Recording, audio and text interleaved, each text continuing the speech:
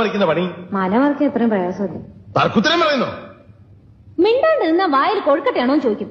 മിണ്ടിപ്പോയ തർക്കുത്തരായിപ്പോ. ഇതെന്തോന്നാടാ അപ്പനെ? എന്നാ നേരെ വല്ലതും ചെയ്യാനുള്ള സൗകര്യം ഉണ്ടോ? അതുമില്ല.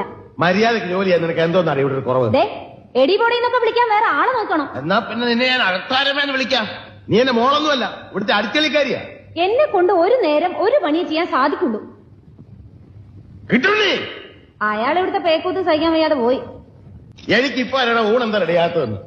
രാവിലെ അരി അടുപ്പത്തിടാൻ തുടങ്ങിയപ്പോഴല്ലേ വെള്ളം ചൂടാക്കാൻ പറഞ്ഞത്? എനിക്ക് ചൂടാക്കിയില്ലല്ലോ, പച്ചവെള്ളത്തിലാണല്ലോ കുളിച്ചത്. വെള്ളം ചൂടാക്കാൻ തുടങ്ങിയപ്പോഴാണ് എണ്ണ കാച്ചാൻ പറഞ്ഞത്. അത് നടന്നോ? അപ്പോഴല്ലേ കടയിൽ പോയി സാധനങ്ങൾ വാങ്ങാൻ പറഞ്ഞേ? എന്നിട്ട് വാങ്ങിച്ചോ? ഇല്ല, ഇവിടെ മുഴുവൻ തുടച്ചിട്ട് പോയാ മതി എന്ന് പറഞ്ഞു. എന്നിട്ട് അതും ഇതുവരെ ചെയ്തില്ലല്ലോ. അത് ചെയ്തുകൊണ്ടിരുന്നപ്പോഴല്ലേ ചോറ് വിളമ്പാ പറഞ്ഞത്. കഴുകി വെച്ച് അരി ഇരിപ്പുണ്ട്, മതിയെങ്കിൽ അത് വിളമ്പാ. അത് നിന്റെ തന്തയോട് എന്ന് പറഞ്ഞാൽ മതി. തന്തയോട് തന്നെ പറയുന്നു.